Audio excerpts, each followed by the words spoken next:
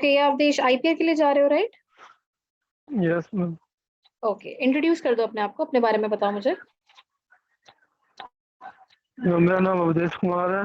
मैं उत्तर प्रदेश के डिस्ट्रिक्ट अलीगढ़ से बिलोंग करता हूँ। मैंने अपनी हाई स्कूल एंड इंटर अपने पास के कॉलेज विजय विद्यालय इंटर कॉलेज से कंप्लीट किए। उसके बाद अपना diploma in civil engineering Shivam institute Mathura से कंप्लीट किया है। उसके बाद मैम गवर्नमेंट जॉब की प्रिपरेशन कर रही ओके, अभी कब पास किया बीटेक? है। सॉरी मैम, डिप्लोमा कब डिप्लोमा पास किया है किया आपने? 2016 में। कब दो पास हजार किया? सोलह उसके बाद से क्या कर रहे हो? जब से मैम गवर्नमेंट जॉब की प्रिपरेशन कर रहे हैं, उसके बीच में कई एग्जाम क्वालिफाई हुए हैं, लेकिन फाइनल किसी में नहीं हुआ। किसी में अच्छा, डीवी से रह जाता है, किसी में कुछ पॉइंट से रह जाता है। ओके ओके फाइन, ठीक है। काफी लॉन्ग गैप है आपका, तो बीच में आपने कोई प्राइवेट या कहीं ज्वाइन करने का नहीं सोचा? मैम सोचा था स्टार्टिंग में ही, लेकिन मैंने ट्राई किया लेकिन मिला नहीं। वो ही एक्सपीरियंस रेफर रहे थे प्राइवेट सेक्टर में, मोस्टली एक्सपीरियंस और कोई रेफर या फिर किसी के थ्रू जाओ तो होता नहीं। वो डायरेक्ट उन्होंने लिया नहीं। मैंने 10-15 दिन लगातार ट्राई किया था अपने पास की, हमारे पास में नोएडा पड़ता है, नोएडा दिल्ली, वहाँ नहीं हुआ। फिर गवर्नमेंट की जॉब की प्रिपरेशन। क्या लगता है क्यों नहीं हो पाता है? रीजन क्या है?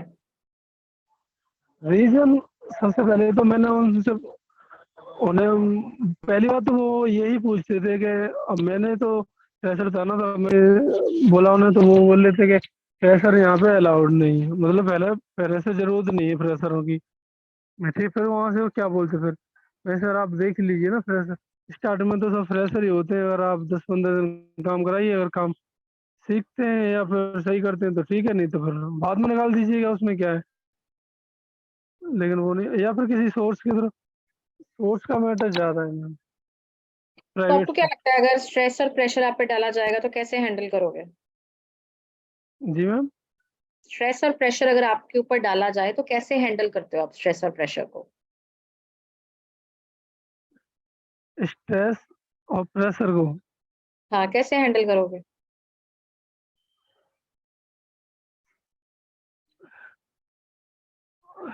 हैंडल क्या मैम, अब तो गवर्नमेंट जॉब की प्रिपरेशन चल रही है। गवर्नमेंट जॉब में अपने भी आप को अवधेश, मोटिव। अगर स्ट्रेस, बैंकिंग सेक्टर जाके देखो, स्ट्रेस बहुत होता है, प्रेशर होता है, कई बार कोई प्रॉब्लम्स होती हैं। कैसे हैंडल करोगे? ये नहीं होता कि गवर्नमेंट है तो वहां पे स्ट्रेस और प्रेशर नहीं आएगा। ऐसा सर मैम, उसमें कोई प्रॉब्लम थोड़ी नहीं, वो तो अपने फील्ड से संबंधित है, वो तो मेंटेन करना ही होगा ना। वो तो जब हम जॉब करेंगे तो थोड़ा बहुत स्ट्रेस प्रेशर तो चलता है, उसमें उससे कोई दिक्कत नहीं। हॉबीज क्या है? आराम लीजिए।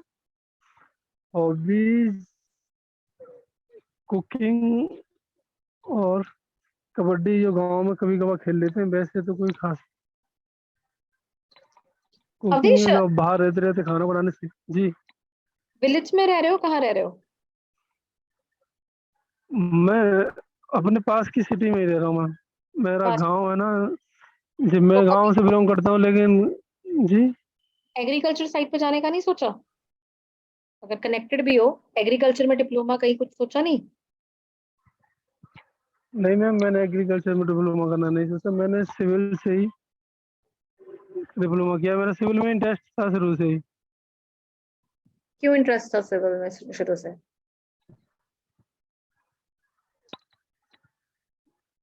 क्या चीज अच्छी लगती मतलब है? ये अपने बिल्डिंग बनाना या रोड, मतलब ये सब अपने फिजिकल में यूज होने वाले जितने भी स्ट्रक्चर है, उन्हीं से संबंधित काम है, और उनके बारे में पूरी जानकारी भी रहती है। और जॉब भी कहीं कहीं भी मिल सकती है, पास में ही अगर वो मिल जाए। ओके, अवधेश अपने बारे में मुझे दो स्ट्रेंथ और दो वीकनेस बता दो। मैम स्ट्रेंथ ये है कि कोई भी कंडीशन हो, मतलब कितना भी स्ट्रेस हो, मैं अपने आप को मोटिवेट रखता हूँ और आगे का अपना सफर जारी करता हूँ फर्स्ट। और दूसरी, कोई भी काम हो अपना उसे कंटिन्यूसली करता हूँ, और टाइम मैनेजमेंट भी अब मेरा सही है।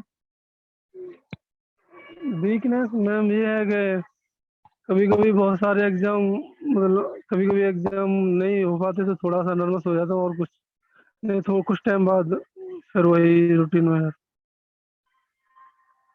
अभी आप क्या बोल रहे हो मुझे, टाइम मैनेजमेंट कैसे करते हो, टाइम मैनेजमेंट अपनी?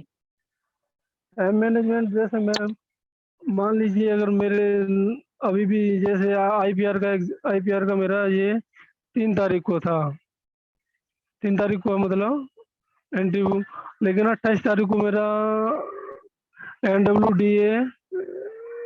डी ए में सेकंड फेज एग्जाम था, और उससे भी पहले मतलब एक एग्जाम और था।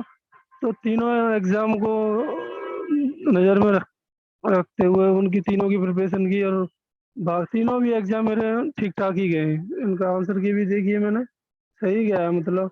और ले फाइनल है थर्ड का, मैं अपना जो भी काम करता हूँ उसे टाइम मैनेजमेंट सही कर लेता हूँ कुल मिला के। Okay fine. और ये तो मेरी स्टडी से संबंधित है। अगर हम जॉब करेंगे तो जॉब का अलग अपना टाइम मैनेजमेंट है। ओके फाइन, ठीक है। टेक्निकल के लिए स्टार्ट करते हैं, Jatin sir please start. Okay, thank you ma'am. Yes Awadhesh. Good afternoon sir. Yes, good afternoon. Awadhesh यार ये बताओ, बेसलाइन क्या होती है? सर्वे के अंदर हम स्टडी करते हैं बेसलाइन। बेसलाइन सर, यानी हमारा कोई सर्वे क्षेत्र है, उसके हम्म। मतलब उस क्षेत्र को 2 भागों में बांटने के लिए जो सर्वे लाइन डाली जाती है उसे बेस लाइन कहते हैं। वो मोस्टली 2 पार्ट में डिवाइड कर देती है उस क्षेत्र को, और अच्छा, वो क्षेत्र की ट्रावर्स। सबसे बड़ी ठीक लाइन है, होती है। ठीक है, ट्रावर्स सर्वे करते हो तुम लोग। तो ट्रावर्स सर्वे और चेन सर्वे में बेसिक डिफरेंस क्या होता है? सर चैन सर्वे से हम केवल लीनियर मेजरमेंट करते हैं, लेकिन जो टावर सर्वे है उससे लीनियर और एंगुलर दोनों मेजरमेंट कर सकते हैं। तो ये बताओ, ट्रावर्स सर्वे कब प्रेफर करोगे और चेन सर्वे कब प्रेफर करोगे? यदि हमें किसी सर्वे, यदि किसी क्षेत्र का सर्वे करना है उसमें हमें लीनियर मेजरमेंट करना है केवल, तो हम तो सर वही करेंगे, चेन सर्वे प्रेफर कर देंगे। और अगर लीनियर के साथ एंगुलर भी मेजरमेंट करना है तो फिर ट्रैवर्स सर्वे। तो तुम्हें कैसे पता लगेगा कि तुम एंगुलर मेजरमेंट्स करोगे, ये पूछ रहा हूँ ना। सर वहाँ रिक्वायरमेंट के हिसाब से है ना, वहाँ पर अगर उन्होंने उसके लंबाई के अकॉर्डिंग उसका एंगल भी, यानी कि अच्छा। अच्छा, करेक्शन ड्यू टू कर्वेचर पढ़ते हैं हम लोग, करेक्शन ड्यू टू रिफ्रैक्शन लगाते हैं, वो क्या होता है? Correction correction due to curvature. जैसे हमने अपना इंस्ट्रूमेंट सेट किया और वहाँ ठीक है। से रीडिंग लेना स्टार्ट किया, तो हम्म। रीडिंग लेते ले मतलब इंस्ट्रूमेंट से स्टाफ दूर होते होते जो वो है ना उसके अर्थ के कर्वेचर के अर्थ के कर्वेचर के कारण वो जो स्टाफ की रीडिंग है वो हम्म। एक्यूरेट से अ- अधिक मतलब पड़ी जाती है। अच्छा। हाँ, तो वहाँ पे जो करेक्शन है वो पॉजिटिव, मतलब एरर पॉजिटिव मिलती है, करेक्शन नेगेटिव अप्लाई किया जाता है। अच्छा, सपोज करो तुमने पानी की क्वालिटी निकालनी है, मेरे को केमिकल क्वालिटी जी, पैरामीटर बताओ, पानी के कौन कौन से होते हैं? केमिकल क्वालिटी पैरामीटर जैसे हम्म। सर क्लोराइड, ठीक है। चेक कर सकते हैं, फ्लोराइड चेक कर सकते हैं उसमें, क्लोराइड फ्लोराइड नाइट्रेट नाइट्राइट। अच्छा, अगर तुम्हें पानी में मान लो नाइट्राइट मिलता है, इस बात का मतलब क्या है? नाइट्राइट का हम्म।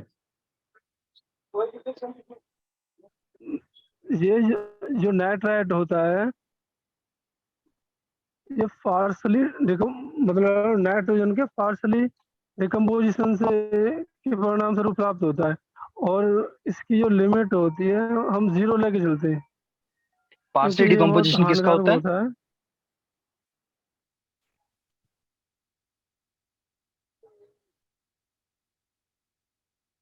सर करेक्टली याद नहीं है, लेकिन शायद नाइट्रोजन का पार्सली। अच्छा, मान लो पानी में, पहले तो फ्लोराइड के बारे में बताओ, पानी में फ्लोराइड होना चाहिए नहीं होना चाहिए? पानी में फ्लोराइड होना चाहिए, लेकिन 0.15 मिलीग्राम पर लीटर से तक होना चाहिए। 0.15। जी सर। अच्छा, क्यों होना चाहिए फिर फ्लोराइड? अगर फ्लोराइड की मात्रा कम हो जाएगी तो डेंटल डेंटल फ्लोरोसिस हो जाएगा, यानी कि दांत में धब्बे पड़ जाएंगे और पीला पड़ने लग जाएंगे। अच्छा, जी तो सर। 0.15 होती है इसकी लिमिट। शायद सर इतना ही पढ़ी है मैंने तो, जीरो पॉइंट वन अच्छा। Five okay. अच्छा, ये बताओ, पानी में माइक्रो ऑर्गेनिज्म्स का पता करना है, कौन से माइक्रो ऑर्गेनिज्म का पता लगाते हो?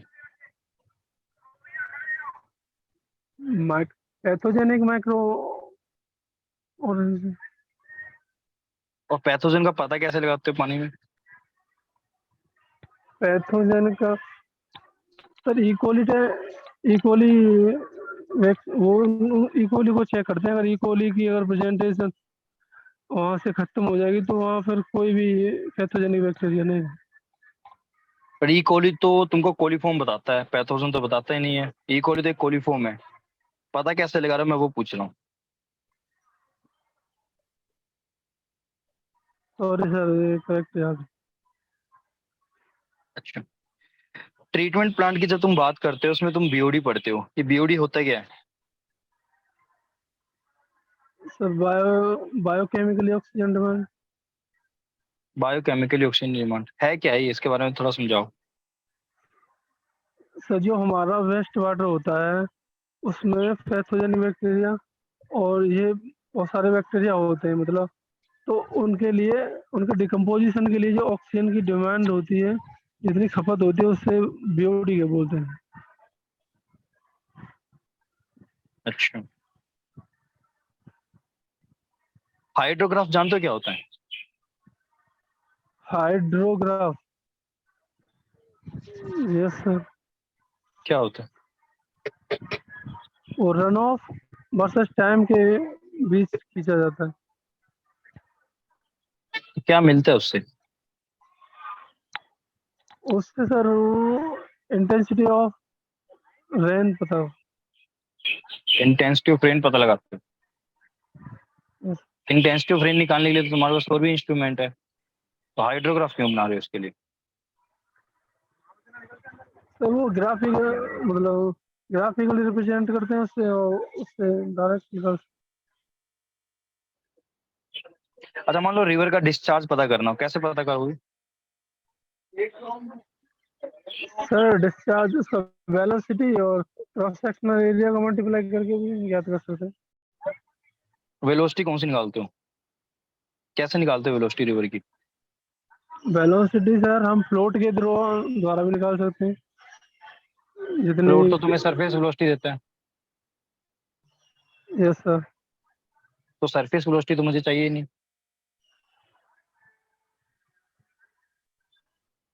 मीन वेलोसिटी यूज करेंगे।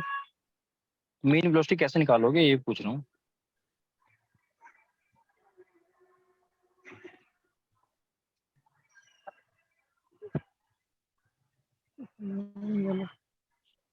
मीन वेलोसिटी के लिए फॉर्मूला होता है ऊपर चैनल फ्लो का, उसे यूज कर सकते हैं ना। यू बराबर 1/8 mu dp upon dx into T square. ये यूज हो सकता है ना सर वहाँ पर। अच्छा, चलो, अब अरुण सर आपसे कुछ क्वेश्चन पूछेंगे। Arun sir, over to you. Okay. Hello good afternoon sir. Awadhesh, good afternoon. अच्छा, आप मुझे बताइए, बेंडिंग इक्वेशन पढ़ी है आपने? जी सर। उसके M assumption, upon I F upon, जी अजम्पशन बता सकते सर। ये सर जो प्लेन बेंडिंग से पहले प्लेन थे, जो सेक्शन बैंडने से पहले प्लेन थे, वो बैंडिंग के बाद भी प्लेन रहेंगे, फर्स्ट सर। और न्यूट्रल एक्सिस से स्टैन दूरी के डायरेक्टली प्रोपोर्शनल होती है, यानी न्यूट्रल एक्सिस पे स्टैन 0 होती है, और उससे बढ़ जैसे स्टेप में मान के चलते हैं उसे, तो जैसे जैसे उससे आगे जाएंगे तो उसकी मतलब स्टैन बढ़ती चली जाएगी। अच्छा, और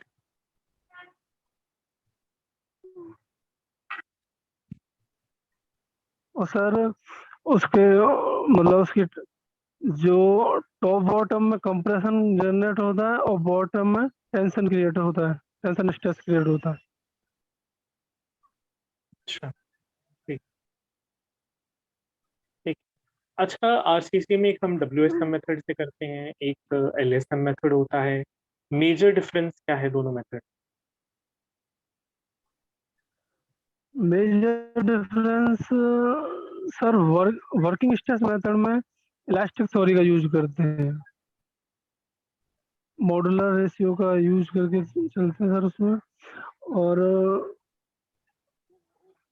उसमें सर डब्ल्यूएसएम मेथड में sir fact factor load method का यूज करते हैं, लोड फैक्टर यूज करते इलास्टिक थ्योरी एलएसएम में क्यों नहीं इस्तेमाल करते हैं? हैं सर। इलास्टिक थ्योरी एलएसएम में इसलिए नहीं करते हैं कि जो एलएसएम में जो हम मटेरियल की स्ट्रेंथ लेते हैं वो ज़्यादा काउंट करते हैं, और लेकिन इसमें कम काउंट करते हैं, नहीं कि वर्क स्ट्रेस में होते हैं। का इलास्टिक थ्योरी से क्या लेना देना है स्ट्रेंथ कम ज्यादा होने से? जिनकी स्ट्रेंथ ज्यादा होती है उन पे इलास्टिक थ्योरी नहीं लगती? नहीं सर,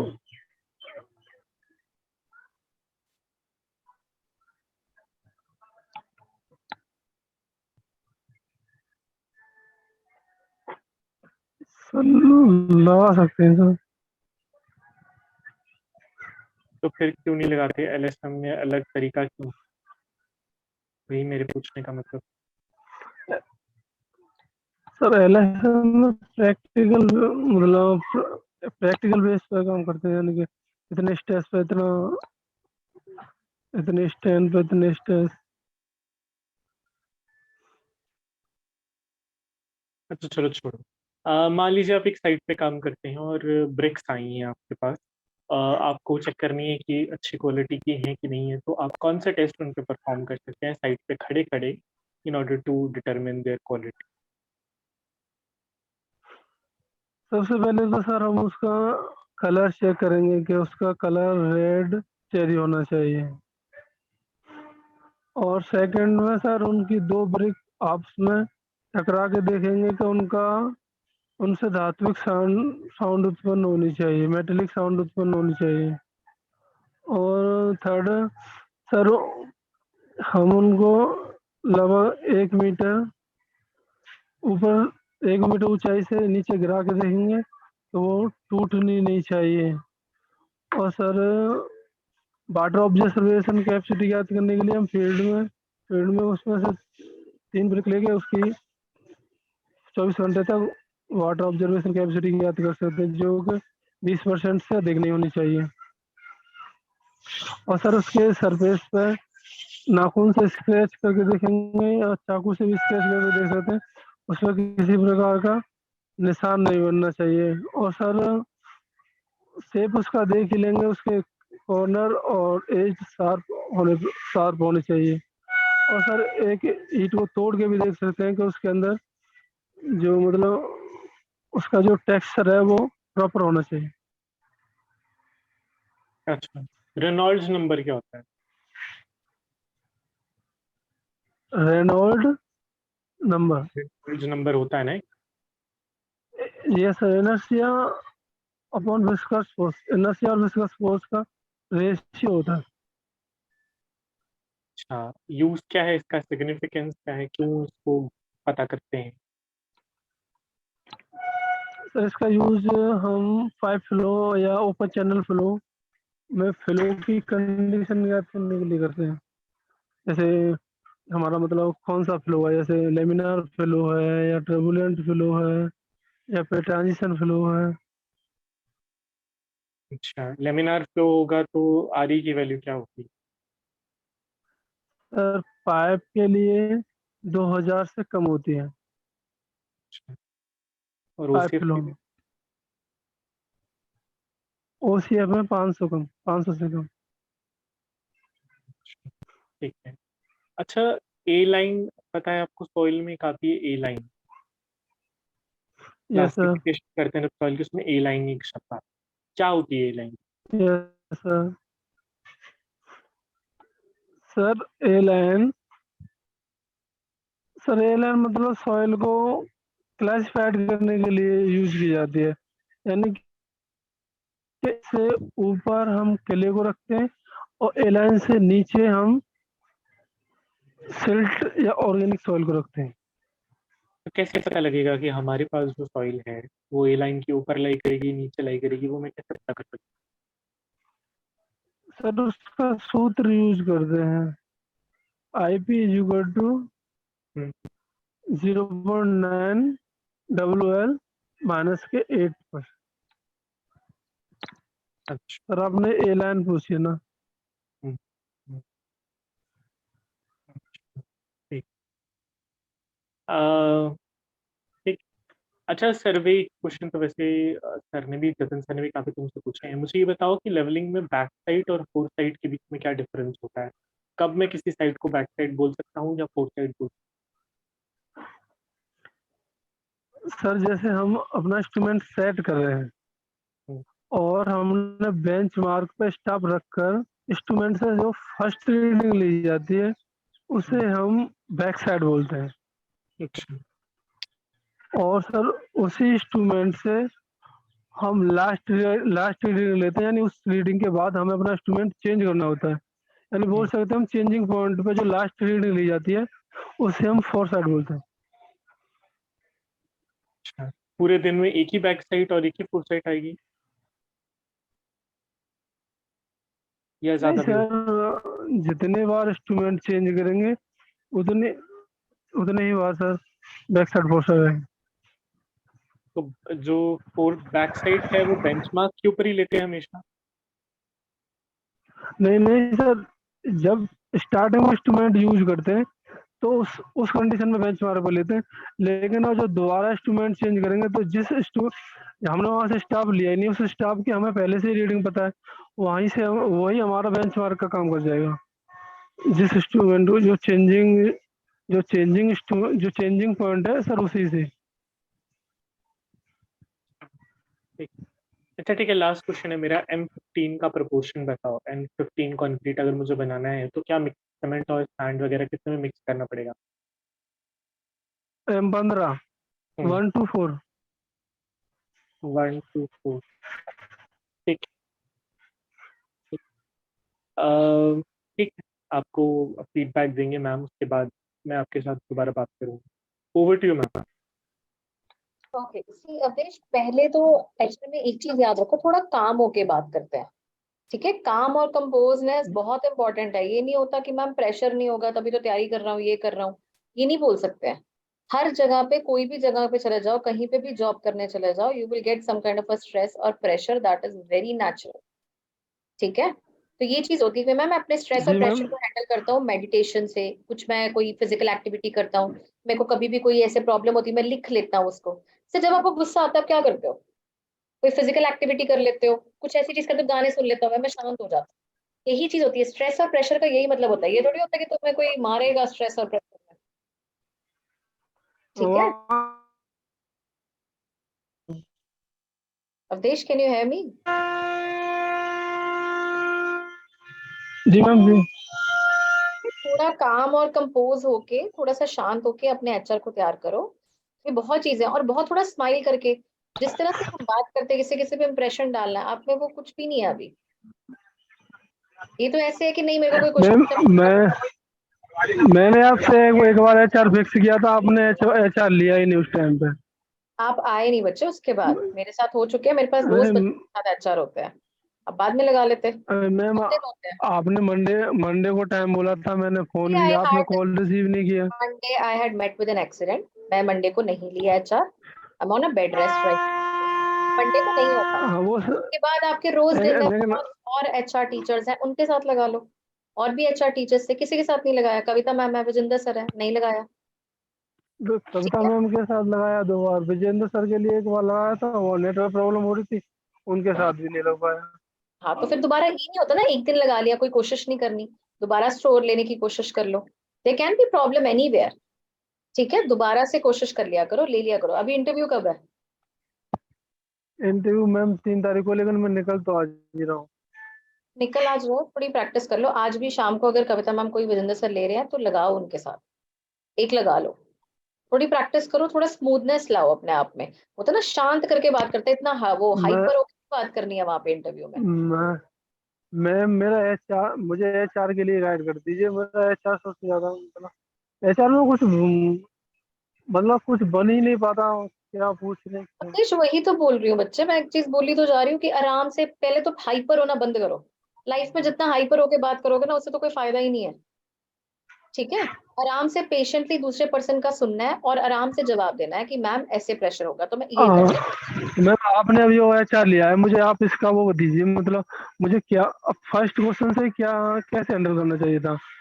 जैसे आपने कहाँ से स्टार्ट किया था? हूँ। कहाँ से स्टडी किया था? मतलब स्टडी नहीं, आपने मेरा HR कहाँ से स्टार्ट किया था, वहीं से आप मुझे बता दीजिए। मुझे मतलब जैसे आपने स्ट्रेंथ, जैसे कि आप बोलेंगे आप एग्रीकल्चर क्षेत्र में नहीं जाना चाहते, हाँ तो तो आपका क्यों, जैसे आपको मैंने बोला नहीं जाना विलेज के चाहता। पास है तो कहाँ तो पे इंटरेस्ट है, तो बताओ ना उसका। तो आप सिंपल बोलो कि मैम मेरा इंटरेस्ट सिविल इंजीनियरिंग के बाद भी, पर मेरा इंटरेस्ट नहीं था, मेरा इंटरेस्ट नहीं है एग्रीकल्चर वाली साइड पे। वो तो आपके इंटरेस्ट पे डिपेंड करता है। वो ठीक है, लेकिन आपने पूछा, मैंने कहा मेरा सिविल है, सिविल में इंटरेस्ट है। लेकिन वहाँ सिविल में इंटरेस्ट है तो क्यों इंटरेस्ट है, आप बताइए, इसको कैसे बताऊँ, कैसे डिफाइन किया जाए। देखो किसी चीज को आप पसंद करते हो नहीं करते हो ना, that is very, you can say, आप बोल सकते हो कि मैम मेरा सिविल इंजीनियरिंग में पैशन लाई करता है। मैं छोटे से जब भी कोई बिल्डिंग्स और इससे देखता था तो I got inspired that I want to be in this domain. BTech मैंने, और भी मेरे फ्रेंड्स हैं, कोई रिलेटिव्स हैं, कोई तो होगा आपका जिसमें आप, जिन्होंने बीटेक की होगी, उनको देख के मैं इंस्पायर हुआ था। हाँ, एग्रीकल्चर सेक्टर में मैं बोलूँ मेरा नहीं है इंटरेस्ट, जब किसी चीज का आ जाता है ना कि मैम मेरा इंटरेस्ट नहीं है उस साइड पे, there is a difference. Agriculture वाली साइड पे स्कोप नहीं है मेरा, मेरा वहां पे इंटरेस्ट नहीं है। एक चीज होती है, मैं बोलूं कि अवधेश आपने बीटेक क्यों किया है, कुछ और क्यों नहीं किया, बताओ क्या आंसर दोगे? बेटा इसलिए क्या है कि मुझे टेक्निकल क्षेत्र में जाना था, टेक्निकल और क्षेत्र में जाना था, टेक्निकल आगे क्षेत्र, फर्स्ट चीज टेक्निकल करना था। यही चीज है कि मैं, मेरे को टेक्निकल टेक्निकल में सिविल से लिंक होना था, मेरा ये ज्यादा वो था, दिल था कि मैं आगे ग्रो करना चाहता हूँ। और ग्रेजुएशन भी मिला उसके साथ, और टेक्निकल क्षेत्र भी।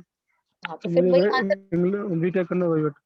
अगर जी। इसका आंसर बना पा रहे हो कि टेक्निकल में है, तो वही तो है सिविल में भी, कि सिविल में इंटरेस्ट क्यों था मेरा, क्योंकि वहां पे मैं, मुझे बिल्डिंग देखना, मुझे बनाना, इस चीज पे मेरा ज्यादा शौक है, मुझे ज्यादा इंटरेस्ट आता है। सब्जेक्ट्स मेरे, कोई आप अपने फेवरेट सब्जेक्ट बता दो उसमें से। इंजीनियरिंग में कौन सा सब्जेक्ट अच्छा लगता था? कोई तो होगा जो सिविल इंजीनियरिंग का अच्छा लगता होगा, एक सब्जेक्ट तो होता ही है हाँ हमारा वो, फेवरेट। हाँ ये तो क्या, मेरे कहीं RCT CT, बिल्डिंग मटेरियल। हाँ तो बस वो बोलो ना कि हाँ, मैम वो वाला जो इसमें इंटरेस्ट है। जो चीजें बोलनी चाहिए वो बोलते नहीं हो, सोचना पड़ता है। देश एचआर का वो मतलब होता है 10 मिनट सोचो और जवाब दो, बिना सोचे कभी भी नहीं जवाब देना, हरी नहीं करनी है, वो ठीक है। ठीक है मैम, जैसे अब उन्होंने, जैसे मैंने आपको HR दिया, मैंने इंट्रोडक्शन दिया, क्या मैं उसके साथ ही जोड़ दूं कि मुझे मेरी फेवरेट से मुझे जोड़ना बेटर रहेगा या नहीं? अवधेश फेवरेट को ये जोड़ लो, हॉबीज छोड़ दो, अपनी हॉबीज बताने की जरूरत नहीं है। बोलो कि मैं, मेरा नाम अवधेश है, मैं इस सिटी से आया हूँ, जी जो भी आपकी सिटी है। जी। मैंने अपनी ग्रेजुएशन में जो भी आपने किया है, डिप्लोमा, ग्रेप, बीटेक, जो भी किया है आपने वो बता दो। इसके सिवाय मैम मुझे क्या इंटरेस्ट है, मेरा फेवरेट सब्जेक्ट क्या है, मेरी कोर स्ट्रेंथ क्या है, वो बता दो। कोर स्ट्रेंथ बताने के बाद बोल दो कि हाँ मैम इसके सिवाय आपका कोई भी इंटरेस्ट आ जाता है, कोई आपने कोई पेपर क्लियर किया है, कोई आपने कोई भी चीज अच्छी, आपने को करिकुलर स्पोर्ट्स में अच्छे हो, वो बता दो। बस इतना तो बताना है आपने। और मैम स्ट्रेंथ में मैंने आपको जो बताया वो क्या, उसका फीडबैक कैसा रहा? स्ट्रेंथ ये आ जाएगी मैम, मैं लर्नर बहुत अच्छा हूँ, मैं जल्दी सीख लेता हूँ चीज़ों को, मैं अडेप्टेबल हूँ, मैं किसी भी जगह पर बहुत जल्दी अडेप्ट कर लूंगा। मैम मैं, आप बोल सकते हो कि मेरे अंदर क्वालिटीज है, जैसे मैं पंचुअल हूँ, हार्ड वर्किंग हूँ, डेडिकेटेड हूँ, कुछ भी बोल दो ये वाली क्वालिटीज। आपको पता है ना कि अवदेश की मेरे अंदर क्या खूबी है, मैं बहुत अच्छा बोलता हूँ, मेरे अंदर खूबी है ये। तो बताना पड़ेगा कि मैं बहुत इमोशनल हूँ, मैं फ्रेंड्स बड़ी जल्दी बना लेता हूँ, ये भी एक क्वालिटी होती है। सोशल हूँ मैं। और फिर मतलब मैम जैसे, और वीकनेस में क्या बेटर रहेगा, वीकनेस? वीकनेस बता दो, जैसे मैम मैं किसी को ना नहीं कर सकता, मेरी कोई फिजिकल एक्टिविटी नहीं हो पा रही है इस टाइम पे, मैं फूडी बहुत ज्यादा हूँ, ठीक है मैम, मैं मुझे लगता है कि मैं बहुत स्ट्रेट फॉरवर्ड हूँ, कभी कभी मेरी बातें किसी को रूड लग जाती है, मैं अच्छे से इंग्लिश नहीं बोल पाता हूँ, मुझे ये कई बार मेरी वीकनेस लगती है, मैं इंप्रूव करने की कोशिश करता हूँ। बहुत चीजें होती हैं, आप कोई भी यस चीज को वीकनेस बता सकते हो, अब ये बहुत छोटी छोटी वीकनेस है। यस क्लियर, ये ऐसी ही वीकनेस बनानी है, देखो नेचुरल रखो अवधेश, तैयारी अच्छे से करो, थोड़ा पेशेंस रखो अपने अंदर। पहली चीज पेशेंस बहुत इंपॉर्टेंट है, जो आप में नहीं है। Lack patience patience. मतलब क्या है? कैसे पेशेंस होता क्या है मतलब शांति मैं से जवाब देना, पेशेंस एक दिन में नहीं आती है, पर पेशेंस होता है कई बार आपकी दूसरे की बात आपको इरिटेट करती है, कुछ भी करता है, समझ नहीं आती, 10 सेकंड दिमाग में सोचो मैंने बोला, फिर बनाओ आंसर अपना। पेशेंस होता है कि अपने हर इंसान को जवाब को अच्छे से जवाब देना है, बहुत प्यार से आराम से बात करनी है, दैट इज पेशेंस। ठीक है, यस थोड़ा सा ये चीज। मतलब मैं ऐसा लगता है कि मैं मतलब ज्यादा हाइपर होके बोल रहा हूँ। हाँ ये लगता है, ये लगता है बहुत हाइपर होके बोलते हो, और बहुत ज्यादा वो फोर्स हो जाते हो अपने वर्ड्स में, मैं पर मेरी आ- आवाज ही कुछ तरह ऐसी ज्यादा भारी सी आवाज है माय जो ये थोड़ा चीज is something you need to change. अब मेरी आवाज भी बहुत ज्यादा एरोगेंट जी और गुस्सा से आ जाती है, पर वो बोलना पड़ता है ना सिचुएशन के अकॉर्डिंग। इंटरव्यू में जा रहे थोड़ा शांत होके बोलना है, घर पे जैसे मर्जी बोलो, घर नहीं जा रहे ना हम, जी फॉर्मल मीटिंग है ये। इनफॉर्मल फ्रेंड्स के साथ, रिलेटिव्स के साथ जैसे मर्जी बोलो आप, कोई प्रॉब्लम नहीं है। ठीक है, लेकिन वहां पे अपनी आवाज को स्लो करके, काम होके, पॉज लेके, इस तरह से बोलना। ठीक है, जी जी ओके। और कोई प्रॉब्लम अवधेश? अभी टेक्निकल के फीडबैक ले लो, बस थोड़ा काम पेशेंट रहो, और थोड़ा सा अच्छे से बात करनी है, बस ये याद रखना कि मैंने अपना अच्छा इंप्रेशन देना, बुरा इंप्रेशन नहीं देना। जी ओके, मैम ओके चलो, जी ऑल द बेस्ट, अच्छा होगा, don't worry. Thank you okay, आ रही है आवाज? यस सर हाँ ठीक है, तो मैं फीडबैक दे देता हूँ। जो टेक्निकल मैंने आपसे पूछा है, as far as technical is concerned, थोड़ा बहुत रिवीजन करने की ज़रूरत है। जैसे अजम्पशन वगैरह मैंने जो पूछे वो नहीं बताए इतनी अच्छी तरह से, और WSM LSM वाला भी आंसर उतना सेटिस्फैक्टरी मुझे नहीं लगा। बाकी ए लाइन की जो इक्वेशन भी आपने बताई वो नहीं भी सर गलत। वो ठीक है, वो शायद यू लाइन की इक्वेशन बता ए दी है। लाइन की ए लाइन की इक्वेशन तो नहीं बताई आपने, 0.73 सर वो इक्वलेंस यू माइनस, आई शायद P U U line. Equal to 0.73 WL minus की 20 ये आपने नहीं बोला था ना उस टाइम जब मैंने सर आपको पूछा, उस टाइम आपने बोले 0.9 सर वो यू डी लाइन क्यूब। वो मतलब ए लाइन मैंने तो आपसे सर ए उल्टा लाइन की बोल दिया क्या पूछी मैंने? थी, मैं वही कह रहा हूँ, मैंने आपसे ए लाइन की पूछी थी, आपने यू लाइन की बता दी है, और उस टाइम आपने गलत बताई थी। तो वही मैं कह रहा हूँ कि थोड़ा सा, जैसे मैम ने भी आपको कहा, थोड़ा शांत होकर क्वेश्चन को ध्यान से सुनकर उसका फिर आंसर अपने दिमाग में बनाकर उसके बाद आराम से उसको आंसर किया करो। जल्दबाजी करने की जरूरत नहीं, ठीक है? बाकी थोड़ा, हाँ, डिलीवरी वाला ही इशू है, प्रेजेंटेबिलिटी वाला ही इशू है। नॉलेज तो है, बट वही डिलीवर कैसे कर रहे हो उसी पे बात है। वो थोड़ा सा, जो मैम ने पॉइंट बोले वो ठीक है, मतलब मतलब सही तरह से नहीं हैंडल हाँ, तुम्हारे साथ मैंने पहले भी स्नैप एक दो लगाए हैं। तुम्हारा थोड़ा सा ऐसा लगता है जब आंसर दे रहे हो तो मतलब थोड़ा प्यार से नहीं कह रहे हो, थोड़ा रूड लगता है, या मतलब एक फ्लो में नहीं लगता है। कई बारी ऐसा लगता है कि दो शब्द, एक शब्द कहीं और है, दूसरा कहीं और है। थोड़ा सा मतलब वही, थोड़ा सा एक अच्छी फ्लो के साथ अगर बोलोगे, लय के साथ बोलोगे तो ज्यादा बेटर रहेगा। ये मेरा फीडबैक सीक्वेंस है। खराब हो जाता हाँ जी। सीक्वेंस खराब हो जाता है मतलब जो हाँ, थोड़ी लय नहीं लय बन में बोलना पाती। चाहिए एक हाँ स्लोली लय, वो हाँ थोड़ा स्लोली बोलो, थोड़ा लय में बोलो, जिससे कि वो उसका एक फ्लो अच्छा लगे, सामने वाले को तुम्हारा आंसर जो है इंटरेस्टिंग लगे, अच्छा लगे, सुनने में अच्छा लगे, कानों को अच्छा लगे। तो वो थोड़ा जी वो है, बात है। बाकी टेक्निकल ठीक है, थोड़ी सी मेहनत और कर सकते हो, थोड़ा सा रिवीजन और कर सकते हो कुछ चीज़ों का। बाकी लगभग ठीक है। बाकी जतिन सर भी देंगे तुमको फीडबैक, वो बताएंगे कि उन्होंने तुमसे बचे हुए सब्जेक्ट के बारे में पूछा था, तो वो तुम्हें बताएंगे। तुम over to you sir. Okay Awadhesh. Yes sir Awadhesh देखो क्या है कि यार, जैसे अरुण सर ने बताया, जैसे शुभ्य मैम ने बताया है, थोड़ा सा ना, जैसे अभी तुम स्माइल कर रहे हो, तो ये थोड़ा स्माइल ना क्वेश्चन में भी दिखा देते तो थोड़ा सही रहता। तो सामने वालों को लगता है कि हाँ यार, हम क्वेश्चन पूछ रहे हैं, आपको तैयार कर रहे हैं इंटरव्यू के लिए, तो आप भी हमारे साथ रेडी हो रहे हो, तैयार हो रहे हो हमारे साथ। ठीक है ना। तो थोड़ा सा ऐसा होता है कि जब भी हम सामने वाले को आंसर देते हैं कुछ भी, तो थोड़ा सा स्माइल के साथ आंसर दो तो इफेक्टिव रहता है वो चीजें, वो प्लस पॉइंट देती है आपको। ठीक है।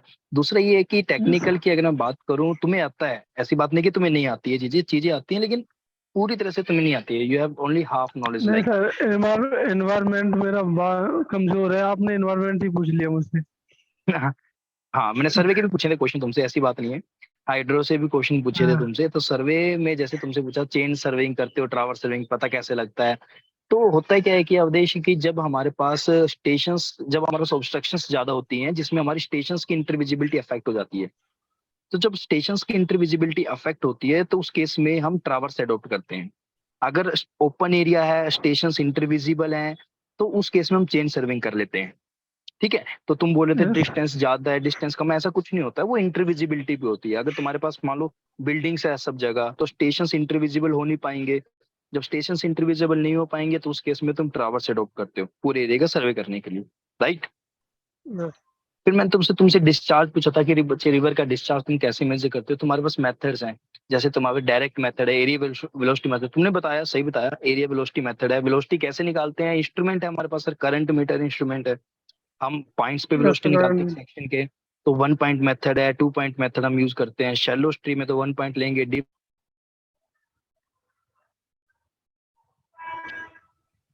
एक मिनट।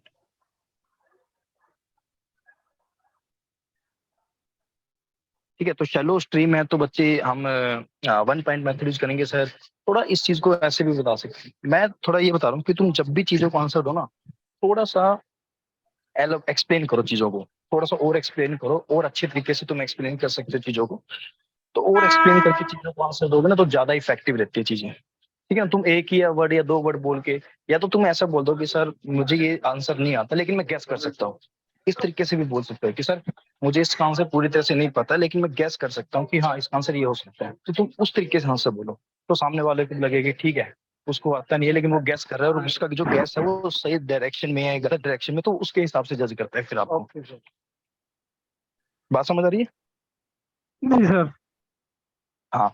तो बाकी सब तुम्हारा सही था, ऐसा कुछ नहीं है। बस थोड़ा सा और तैयारी करो अच्छे से, थोड़ा सा और पढ़ो, और जैसे मैंने बताया काम रहो, थोड़ा थोड़ा सा स्माइल रखो चेहरे पे। इंटरव्यू देने जा रहे हो तो थोड़ा स्माइल के साथ जाना है, और सामने वाले को लगना नहीं चाहिए कि तुम रूडली बात कर रहे हो। ऐसा कुछ नहीं, बस हल्का यस। सा स्माइल करो फेस पे, तो वो ही तुम्हारे लिए प्लस पॉइंट हो जाएगा। सारे पॉइंट्स को वही कवर कर लेगा। यस। ठीक है। ठीक है, और कुछ अवधेश, कुछ पूछना हो, कुछ जानना चाहते हो। सर जैसे आपने बताया था, ये मतलब टेबल्स बताया, जो टेबल्स में मैंने जो बोला था जैसे एंगुलर और लीनियर मेजरमेंट, इसका कोई मतलब नहीं होता। नहीं, तुमने ट्रावर्स के बारे में बताया था कि करते क्या है, चेन सर्वेइंग के बारे में बताया था क्या करते हो, सही बताया था। लेकिन मैंने पूछा था कि डिफरेंस क्या है, कब तुम ट्रावर्स अडॉप्ट करोगे, कब तुम चेन सर्वे करोगे, मैं ये पूछ रहा था किस सिचुएशन में करोगे, मैं वो पूछ रहा था तुमसे। तुमने इसके बारे में जो यानी बताया वो सर सही था। एक स्टेशन दूसरे स्टेशन से जब क्लियरली विजुअल नहीं होता तो उस कंडीशन में हम ट्रेवर्स हाँ, यूज करते हैं। ट्रावर्स करते जैसे कि हैं, उसके बिल्कुल। प्लेन टेबल मेथड में जो ट्रेवर्सिंग मेथड होता है ना, वो वाला नहीं। नहीं नहीं, प्लेन टेबल के एक अंदर हाँ, तुम ऐसे भी बोल सकते हो, बिल्कुल सही बात है। तुम इसको ऐसे भी बोल सकते हो जैसे प्लेन टेबल की। रेडियस, जैसे एक उसमें हाँ, रेडिएशन और दूसरा होता है इंटरसेक्शन और हाँ, ट्रेवर्सिंग और रिसेक्शन। यस, तो वो वाला बिल्कुल, ट्रेवर्स बिल्कुल इसी फिनोमेना पे काम करता है। यस यस, बिल्कुल बिल्कुल एग्जैक्टली वैसे ही। तो जैसे तुम वहां पे सर करते हो मैं तो बस इंटरविजिबल। मैं सर ये और पूछना चाह रहा था, जैसे कि आपने मतलब साइंटिफिक असिस्टेंट सी के मतलब साइंटिफिक असिस्टेंट सी के बच्चों ने भी आपसे वो लिए हैं, मतलब जैसे मेरी तरह गाइडलाइंस। तो सर वो मतलब जैसे अगर उन्हें मतलब कौन सी सब्जेक्ट ज्यादा पूछते हैं मेरे हिसाब से। देखो सर ऐसा कुछ आपने है एक बार मेरा बेसिक, क्योंकि तुमने बेसिक किया है, देखो बेसिक तो सब जगह से पूछा जाएगा, जितना भी तुम्हारे बेसिक टॉपिक्स हैं तो हर सब्जेक्ट्स हैं सबसे। हाँ, बेसिक से तुमसे सबसे पूछा जाएगा, सोम से, स्ट्रक्चर से, स्टील, आरसीसी, जो बेसिक कॉन्सेप्ट्स है वो हर टॉपिक से पूछा जाता है। लेकिन तुम अपने पास यस। स्पेशलाइजेशन रखो, अपने 2-3 सब्जेक्ट्स अच्छे बनाओ, कि सर मेरे 2-3 सब्जेक्ट्स ये सब्जेक्ट्स है, इसमें मैं अच्छा हूँ, मतलब इसमें मेरे को अच्छी नॉलेज है, बाकी मेरे को बेसिक नॉलेज है, आप बेसिक पूछ सकते हैं बाकी सबसे। जैसे सर मैं अपने हिसाब से रखता हूँ, जैसे RCT, CT और सॉयल, बिल्डिंग मटेरियल इतने और बहुत हैं। सर्वे, ये हाँ, लेकिन है। जो ये चीज बता रहे हो, जो तुम बता रहे हो ना, तो तुम्हारे पास ना नॉलेज अच्छी होनी चाहिए इन चीजों की, क्यों करते हैं, किस सिचुएशन में किया जाता है, कैसे करते हैं। वो तुम्हारे पास सिर्फ बुकिश नॉलेज है, मतलब तुमने कई नोट्स पढ़े हैं या बुक पढ़ी है, भाई ये चीज होती है, हाँ तुम्हें बस उतना ही पता है। उसके आगे क्या है, क्यों करते हैं, वो चीज तुम्हें नहीं पता है। मैंने क्या जैसे है कि वो फील्ड तभी नॉलेज मैंने बोला, बिल्कुल नहीं। हाँ तभी मैंने तुमको बोला कि तुम्हारे पास नॉलेज तो है, लेकिन नॉलेज सिर्फ तुम्हारे पास आधी नॉलेज है। ये कैसे 60% तुम्हें पता है, 40% चीज अभी तुम्हें नहीं पता है पूरी तरह से। ठीक है अवधेश, ओके। ठीक है।